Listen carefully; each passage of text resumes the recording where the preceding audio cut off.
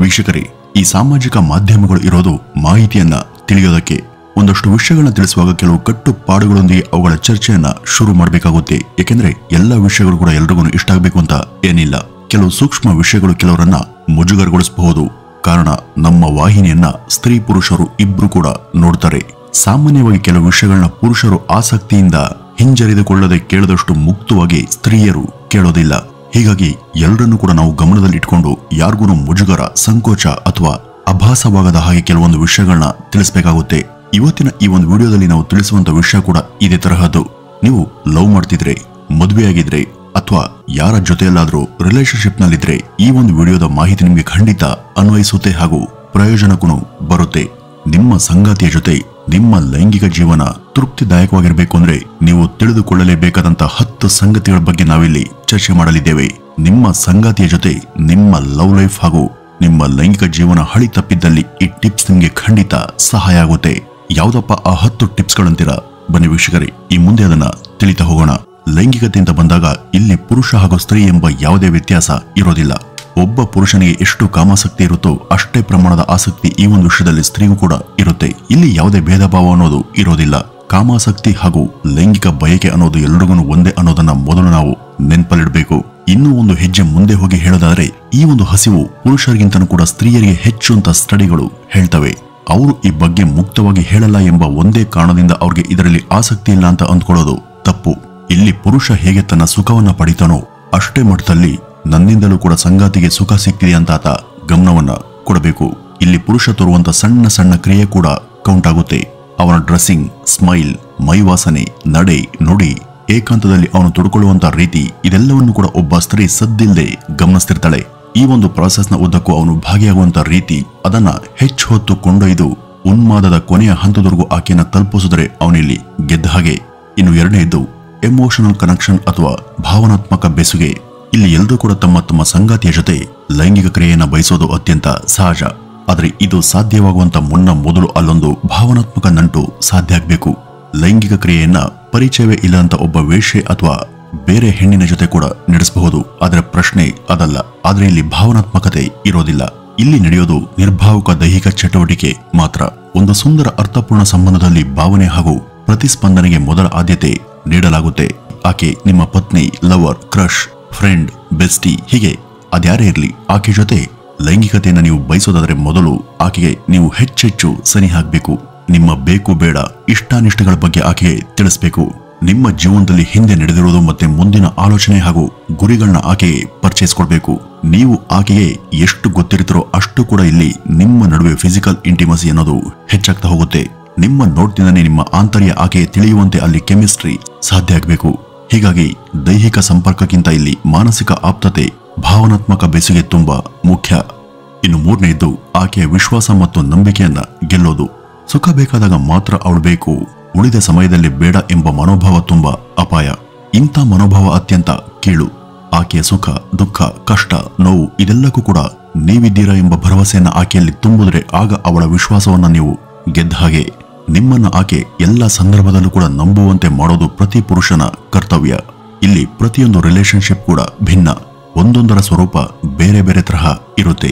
ನೀವು ಯಾರೇ ಆಗಿರಿ, ಭಿನ್ನ ಸ್ವಭಾವದ ನಿಮ್ಮ ಸಂಗಾತಿಯನ್ನ ಹೇಗೆ ಉಳಿಸ್ಕೊಳ್ತೀರಾ, ನಿಮ್ಮನ್ನ ಆಕೆ ನಂಬುವಂತೆ ಹೇಗ್ ಮಾಡ್ತೀರಾ ಎಂಬುದು ನಿಮ್ಮ ಬುದ್ಧಿಶಕ್ತಿಗೆ ಬಿಟ್ಟಂತ ಸಂಗತಿ. ಏನೇ ಕಷ್ಟ ಬರಲಿ, ಯಾವುದೇ ಸಂದರ್ಭ ಇದ್ರಾಗ್ಲಿ, ನೀವಿದ್ದೀರಂತ ಆಕೆ ನಿಮ್ಮ ಮೇಲೆ ಡಿಪೆಂಡ್ ಆಗೋದು ತುಂಬಾ ಮುಖ್ಯ. ಇದು ಸಂಬಂಧದ ಗಾಢತೆ ಹಾಗೂ ಅದರ ವ್ಯಾಲಿಡಿಟಿಯನ್ನ ಗಟ್ಟಿಗೊಳಿಸುತ್ತೆ. ಇನ್ನು ನಾಲ್ಕನೇದು ಸುರಕ್ಷತೆ ಹಾಗೂ ಸೆಕ್ಯೂರಿಟಿ. ಯಾವುದೇ ಸಂಬಂಧ ಇರಲಿ, ಅಲ್ಲಿ ಸೇಫ್ಟಿ ಹಾಗೂ ಸೆಕ್ಯೂರಿಟಿಯ ಅಂಶ ತುಂಬಾ ಮುಖ್ಯ ಆಗುತ್ತೆ. ನಿಮ್ ಜೊತೆ ನಂಟನ್ನ ಮುಂದುವರಿಸೋದು ಸೇಫ್ ಎಂಬ ಭಾವನೆ ಆಕೆಯ ಮೊದಲು ಬರಬೇಕು. ಮೊದಲು ಆಕೆಯ ಜೊತೆ ಇರುವಂತ ಬಗ್ಗೆ ನೀವು ನಿಜವಾಗಿಯೂ ಸೀರಿಯಸ್ ಆಗಿದ್ರೆ ಮಾತ್ರ ಆಕೆಗೆ ನಿಜ ಹೇಳಿ. ಸುಮ್ಮನೆ ಸುಳ್ಳನ್ನ ಹೇಳಿ ಸಂಬಂಧವನ್ನ ತಾತ್ಕಾಲಿಕವಾಗಿ ಇಟ್ಕೊಡುವಂತ ಪ್ರಯತ್ನ ಬೇಡ. ಈ ಒಂದು ಸಂಬಂಧದ ಬಗ್ಗೆ ನೀವೆಷ್ಟು ಗಂಭೀರ ಅನ್ನೋದನ್ನ ಆಕೆಗೆ ಸ್ಪಷ್ಟವಾಗಿ ತಿಳಿಸಿ. ನೀವು ಎಷ್ಟು ಗಂಭೀರವಾಗಿ ಸಂಬಂಧವನ್ನ ಹ್ಯಾಂಡಲ್ ಮಾಡ್ತಿರೋ ಅದಕ್ಕೆ ತಕ್ಕ ಹಾಗೆ ಆಕೆ ನಿಮ್ ಜೊತೆ ಇರ್ತಾಳೆ. ಈಗ ಈ ಒಂದು ಸೋಷಿಯಲ್ ಮೀಡಿಯಾದ ಈ ಒಂದು ಯುಗದಲ್ಲಿ ಯಾವ ಸಂಬಂಧ ಕೂಡ ಹೆಚ್ಚು ಕಾಲ ಉಳಿಯೋದಕ್ಕೆ ಸಾಧ್ಯ ಆಗ್ತಿಲ್ಲ. ಯಾರು ಕೂಡ ಅದ್ರ ಗೊಡವೆಗೆ ಹೋಗ್ತಿಲ್ಲ. ಕೇವಲ ಒನ್ ನೈಟ್ ಸ್ಟ್ಯಾಂಡ್ ಅಥವಾ ಟಚ್ ಅಂಡ್ ಗೋ ಅನ್ನೋದು ನಿಮ್ಮ ಉದ್ದೇಶ ಆಗಿದ್ರೆ ಅದನ್ನ ಆಕೆ ಜೊತೆ ತಿಳಿಸಿ. ಇದನ್ನ ಮುಚ್ಚಿಟ್ಟು ಬೇರೇನೋ ಕವರ್ ಅಪ್ ಮಾಡೋದಕ್ಕೆ ಹೊರಟ್ರೆ ಮುಂದೆ ಆಗುವಂತ ಅಪಾಯಗಳಿಗೆ ನೀವೇ ಕಾರಣ ಆಗ್ತೀರಾ. ಇನ್ನು ಐದನೇದು ದುರ್ಬಲ ಲೈಂಗಿಕತೆ. ಆಗ್ಲೇ ಹೇಳಿದಂತೆ ಲೈಂಗಿಕತೆ ಯಾವುದೇ ಸಂಬಂಧವನ್ನ ಗಟ್ಟಿಗೊಳಿಸುತ್ತೆ. ಆಕೆ ಈ ಬಗ್ಗೆ ನಿರಾಸಕ್ತಿಯನ್ನ ತೋರಿಸ್ತಾ ಇದ್ದಾಳೆ ಅಂದ್ರೆ ಅದರ ಅರ್ಥ ಆಕೆ ಇದರಲ್ಲಿ ವೀಕ್ ಅಂತ ಅಲ್ಲ. ಸಾಕಷ್ಟು ಸಲ ಇದರಲ್ಲಿ ನೀವೇ ದುರ್ಬಲ ಆಗಿರ್ತೀರ. ಆಕೆಗೆ ಬೇಕಾದಂತ ಲೈಂಗಿಕತೆ ನಿಮ್ಮಿಂದ ಸಿಗ್ತಾ ಇಲ್ಲ ಅಂತ ಆಕೆಗೆ ಅನಿಸ್ದಾಗ ಆಕೆ ನಿಮ್ ಜೊತೆ ಈ ಒಂದು ಕ್ರಿಯೆಯಲ್ಲಿ ತೊಡಗೋದಿಕ್ಕೆ ನಿರಾಸಕ್ತಿಯನ್ನು ತೋರಿಸೋದು ಸಹಜ. ಈ ಒಂದು ವಿಷಯದಲ್ಲಿ ನಿಮ್ಗೆ ಬೇಕಾದದನ್ನಷ್ಟೇ ಪಡೆದು ನೀವು ಸುಮ್ಮನಾಗಿದ್ರೆ ಅದರಿಂದ ಆಕೆ ತೃಪ್ತಳಾಗೋದಿಕ್ಕೆ ಸಾಧ್ಯ ಇಲ್ಲ. ನೀವು ಕೊನೆಯವರೆಗೂ ಆಕೆಯನ್ನ ಇಲ್ಲಿ ಹೇಗೆ ಎಂಗೇಜ್ ಮಾಡ್ಕೊಂಡಿರ್ತೀರಾ ಎಂಬುದರ ಮೇಲೆ ನಿಮ್ಮ ಈ ಲೈಂಗಿಕ ಲೈಫ್ ನಿಂತಿರುತ್ತೆ. ಇನ್ನು 6ನೇದು ಸಪೋರ್ಟ್ ಅಥವಾ ಬೆಂಬಲ. ಇಲ್ಲಿ ಬೆಂಬಲ ಅಂದ್ರೆ ಕೇವಲ ಹಣ ಸಹಾಯ ಅಂತ ಅಲ್ಲ. ಆಕೆ ನೀವು ನೀಡುವಂತ ನಿಮ್ಮ ಸಮಯ, ನೈತಿಕ ಬೆಂಬಲ, ಸಲಹೆ, ಧೈರ್ಯ ಇವೆಲ್ಲ ಕೂಡ ತುಂಬಾ ಮುಖ್ಯ. ಸಿನಿಮಾದಲ್ಲಿ ಹೀರೋ ಯಾವ ರೀತಿ ನಾಯಕಿಯ ಪ್ರತಿ ಕಷ್ಟಕ್ಕೂ ನೆರವಾಗ್ತಾನೋ ಆ ರೀತಿ ನೀವು ಆಕೆಗೆ ಹೋರಾಡುವಂತ ಯೋಧ ಆಗ್ಬೇಕು. ಆಕೆ ಗುರಿ, ಕನಸು, ಧ್ಯೇಯ, ಆಸೆ, ಆಕಾಂಕ್ಷೆ ಇವೆಲ್ಲಕ್ಕೂ ನೀವು ಯಾವಾಗ ಸ್ಪಂದಿಸ್ತಿರೋ ಅವತ್ತು ನಿಮ್ಮ ಸಂಬಂಧ ದೃಢವಾಗುತ್ತೆ. ಆಕೆಯ ಆಸೆ, ಆಕಾಂಕ್ಷೆ ಹಾಗೂ ಅವಳ ಅಸ್ತಿತ್ವಕ್ಕೆ ನೀವು ಬೆಲೆ ಕೊಡದ ಹೊರತು ಆಕೆ ಮೇಲೆ ನೀವು ಹಕ್ಕನ್ನ ಚಲಾಯಿಸೋದಕ್ಕೆ ಸಾಧ್ಯ ಇಲ್ಲ. ಇನ್ನು 7ನೇದು ವೈಯಕ್ತಿಕ ಸ್ಪೇಸ್ ಅನ್ನ ಕೊಡೋದು. ವೀಕ್ಷಕರೇ, ಯಾವುದೇ ಸಂಬಂಧ ಇರಲಿ, ಅದೆಷ್ಟೇ ಆಪ್ತತೆ ಆಗಿರಲಿ, ಅಲ್ಲಿ ಇಬ್ಬರೂ ಕೂಡ ಅವರದೇ ಆದಂತ ಸ್ವಾತಂತ್ರ್ಯ ಬೇಕಿರುತ್ತೆ. ಆಕೆಗೆ ಬೇಕಾದ ಸಮಯವನ್ನು ನೀವು ಆಕೆಗೆ ಕೊಡ್ಲೇಬೇಕು. ನಿಮಗೂ ಕೂಡ ನೀವು ಮಿತಿಯನ್ನ ಹಾಕೊಂಡಂತೆ ಆಕೆಗೂ ಕೂಡ ಆಕೆಗೆ ಬೇಕಾದಂತ ಜಾಗವನ್ನ ಬಿಟ್ಕೊಟ್ರೆ ಅದನ್ನ ಆಕೆ ಗೌರವಿಸ್ತಾಳೆ. ಉಳಿದಂತೆ ಲೈಫ್ ಡಿಸಿಷನ್, ಸೆಕ್ಸುವಲ್ ಇಂಟಿಮಸಿ ಹಾಗೂ ಇತರ ಎಲ್ಲ ವ್ಯವಹಾರಗಳು ಕೂಡ ಇಬ್ರು ಸಮಾನವಾಗಿ ಭಾಗಿಯಾಗಬೇಕು. ಆಕೆಗೆ ಬೇಕಾದ ವಿಷಯಗಳಿಗೆ ನೀವು ಜಾಗವನ್ನ ಮಾಡಿಕೊಟ್ರೆ ಈ ಒಂದು ಸಂಬಂಧ ಹೆಚ್ಚು ಗಟ್ಟಿಯಾಗಿರುತ್ತೆ.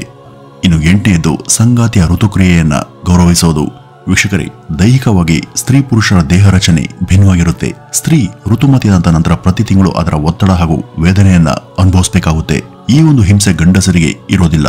ಸಂಗಾತಿಯ ಈ ಒಂದು ಸ್ಥಿತಿಗತಿಗೆ ಅಳುತ್ತೆ ಅದನ್ನ ಅರ್ಥ ಮಾಡಿಕೊಂಡು ಜವಾಬ್ದಾರಿಯಿಂದ ಅದನ್ನ ಗೌರವಿಸೋದು ಪ್ರತಿ ಪುರುಷನ ಕರ್ತವ್ಯ. ನೀವು ಇದನ್ನ ಗೌರವಿಸದೆ ಕೀಳಾಗಿ ಕಂಡ್ರೆ ಅಥವಾ ಅದ್ರ ಬಗ್ಗೆ ಅಸಮಾಧಾನಿತರಾದರೆ ನಿಮ್ಮ ವ್ಯಕ್ತಿತ್ವವನ್ನ ನೀವೇ ಕಳೆದುಕೊಳ್ತೀರಾ. ಆಕೆಯಲ್ಲಿ ನಿಮ್ಮ ಮೇಲಿರುವಂತ ಸೆಲ್ಫ್ ಇಮೇಜ್ ಮರೆಯಾಗುತ್ತೆ. ಅದನ್ನ ಅರ್ಥ ಮಾಡಿಕೊಂಡು ಆ 5 ದಿನ ಆಕೆಗೆ ಬೇಕಾದ ಪ್ಯಾಡ್ ನೀಡುವ ಮೂಲಕ, ಬಿಸಿ ನೀರನ್ನ ಒದಗಿಸುವ ಮೂಲಕ ನೀವೊಬ್ಬ ರಿಯಲ್ ಜೆಂಟಲ್ಮ್ಯಾನ್ ಆಗಿ, ಇದು ಲವ್ ಮಾಡುವ ಅಥವಾ ಮದುವೆಯಾದ ಕಪಲ್ ಹೀಗೆ ಸಂಬಂಧದ ಒಳಗಿರುವಂತ ಎಲ್ರಿಗೂ ಇದು ಅನ್ವಯಿಸುತ್ತೆ. ಇನ್ನು 9ನೇದು ಸಣ್ಣ ಸಣ್ಣ ಸಂಗತಿಗಳ ಕಡೆಗೂ ಗಮನವನ್ನ ಕೊಡೋದು. ಇಲ್ಲಿ ಸಣ್ಣ ವಿಷಯಗಳು ಅಂದ್ರೆ ನಿಮ್ ಬಗ್ಗೆ, ನೀವು ಯಾವ ಪರ್ಫ್ಯೂಮ್ ಬಳಸ್ತೀರಾ, ಯಾವ ತರಹ ಡ್ರೆಸ್ ಹಾಕ್ತೀರಾ, ಯಾವ ತರಹ ಉಂಗುರವನ್ನ ಧರಿಸ್ತೀರಾ, ನಿಮ್ಮ ಹೇರ್ ಸ್ಟೈಲ್ ಹೇಗಿದೆ, ನೀವು ಧರಿಸುವಂತ ಕನ್ನಡಕ ಯಾವ ತರದ್ದು, ನಿಮ್ಮ ಸ್ಟೈಲ್ ಹೇಗಿದೆ, ಮಾತುಗಾರಿಕೆ ಹೇಗಿದೆ, ಯಾವ ರೀತಿ ಆಕೆಯನ್ನ ಅಪ್ರೋಚ್ ಮಾಡ್ತೀರಾ, ಹೇಗೆ ಆಕೆಯನ್ನ ನಗಿಸ್ತೀರಾ, ಆಕೆ ಮಾತಿಗೆ ಯಾವ ತರಹ ಕಿವಿ ಹಾಕ್ತೀರಾ, ಇವೆಲ್ಲವೂ ಕೂಡ ಇಲ್ಲಿ ಕೌಂಟ್ ಆಗುತ್ತೆ. ಒಬ್ಬ ಸ್ತ್ರೀ ಪುರುಷನ ಈ ಎಲ್ಲ ಅಂಶಗಳನ್ನು ಕೂಡ ಏಕಕಾಲಕ್ಕೆ ಗಮನಿಸಿ ಅವನು ಇಂಥವನು ಅಂತ ನಿರ್ಧರಿಸಬಲ್ಲಂತ ಶಕ್ತಿಯನ್ನ ಹೊಂದಿರ್ತಾಳೆ. ಹೀಗಾಗಿ ನೀವು ಹೇಗೆ ನಿಮ್ಮನ್ನ ನೀವು ಆಕೆ ಮುಂದೆ ಪ್ರೆಸೆಂಟ್ ಮಾಡ್ತಿರೋ ಅದ್ರ ಮೇಲೆ ಆಕೆ ನಿಮ್ಗೆ ವಶವಾಗ್ತಾ ಹೋಗ್ತಾಳೆ. ಇನ್ನು 10ನೇದು ಫೋರ್ ಪ್ಲೇ ಅಂದ್ರೆ ನಿಮ್ಮಲ್ಲಿರುವಂತ ರಸಿಕತೆ, ಶೃಂಗಾರತೆ. ಇದು ಪಬ್ಲಿಕ್ ಆಗಿ ಮಾತನಾಡೋದಕ್ಕೆ ತುಸು ಮುಜುಗರದ ವಿಷಯನೇ ಆದ್ರೂ ಕೂಡ ಯಶಸ್ವಿ ಸಂಬಂಧ ಸಾಧ್ಯ ಆಗೋದಕ್ಕೆ ನೀವಿದ್ರ ಬಗ್ಗೆ ತಿಳಿಲೇಬೇಕು. ಇವೆಲ್ಲ ಗುರು ಇಲ್ಲದೆ ಕಲಿಯುವಂತ ವಿದ್ಯೆಗಳು. ಆದ್ರೂ ಕೂಡ ಈ ಬಗ್ಗೆ ಒಂದಷ್ಟು ಕ್ಲಾರಿಟಿ ಇರಬೇಕು. ನಾವು ಮೊದಲೇ ಹೇಳಿದಂತೆ ಲೈಂಗಿಕತೆಯನ್ನ ಒಬ್ಬ ವೇಶ್ಯ ಜೊತೆ ಬೇಕಾದ್ರೂ ನಡೆಸಬಹುದು. ಆದ್ರೆ ಅಲ್ಲಿ ರಸಿಕತೆ ಆಗ್ಲಿ, ಶೃಂಗಾರವಾಗ್ಲಿ ಇರೋದಿಲ್ಲ. ಅದೇನಿದ್ರು ಕೊಟ್ಟು ತೆಗೆದುಕೊಳ್ಳುವಂತ ವ್ಯವಹಾರ ಮಾತ್ರ. ಸಂಗಾತಿಯ ವಿಷಯಕ್ಕೆ ಬಂದ್ರೆ ಮೊದಲು ಆಕೆಯನ್ನ ಮಂಚದಲ್ಲಿ ಇಂಪ್ರೆಸ್ ಮಾಡಬೇಕು. ಇದು ಆಯಾ ವ್ಯಕ್ತಿಗೆ ಬಿಟ್ಟ ವಿಚಾರವಾದ್ರೂ ಇದರಲ್ಲಿರುವಂತ ಸೂಕ್ಷ್ಮತೆ ಎಲ್ರಿಗೂ ಗೊತ್ತಿರಬೇಕು. ಈ ಒಂದು ಸಮಯದಲ್ಲಿ ಹೆಣ್ಣು ಯಾವ ಯಾವ ಕ್ರಿಯೆ ಹಾಗೂ ಭಂಗಿಗಳಿಗೆ ಮನಸೋಲ್ತಾಳೆ ಅಂತ ನೀವು ಮೊದಲು ತಿಳಿದು ಮುನ್ನಡೆಯಬೇಕು.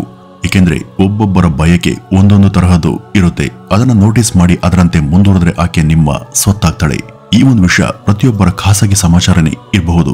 ಇದರ ಪ್ರಸ್ತಾಪ ಈಗ ಯಾಕೆ ಅಂತ ಹಲವರು ಕೇಳಬಹುದು. ಆದ್ರೆ ವೀಕ್ಷಕರೇ, ಇವತ್ತು ಎಷ್ಟೋ ಸಂಬಂಧಗಳು ಸೋಲೋದಕ್ಕೆ ಈಗ ನಾನು ಹೇಳಿದಂತ ಅಂಶಗಳ ಕೊರತೆ ದಟ್ಟವಾಗಿ ಕಂಡುಬರ್ತಾ ಇದೆ. ಅನೇಕರಿಗೆ ನಾವಿಲ್ಲಿ ಎಡವಿದ್ದೇವೆ, ಎಲ್ಲಿ ಸರಿ ಹೋಗ್ಬೇಕು ಎಂಬ ಅರಿವು ಇರೋದಿಲ್ಲ. ಈ ಬಗ್ಗೆ ಯಾರನ್ನಾದ್ರೂ ಕೇಳೋದಕ್ಕೆ ಅವ್ರಿಗೂ ನಾಚಿಕೆ ಅಥವಾ ಮುಜುಗರ ಆಗುತ್ತೆ. ಈ ಒಂದು ವಿಷಯಗಳ ಬಗ್ಗೆ ಕ್ಲಾರಿಟಿ ಸಿಕ್ಕಾಗ ಅವ್ರಿಗೂ ಕೂಡ ತಪ್ಪನ್ನ ಸರಿ ಮಾಡ್ಕೊಳ್ಳೋದಕ್ಕೆ ಅವಕಾಶ ಸಿಕ್ಕ ಹಾಗೆ ಆಗುತ್ತೆ.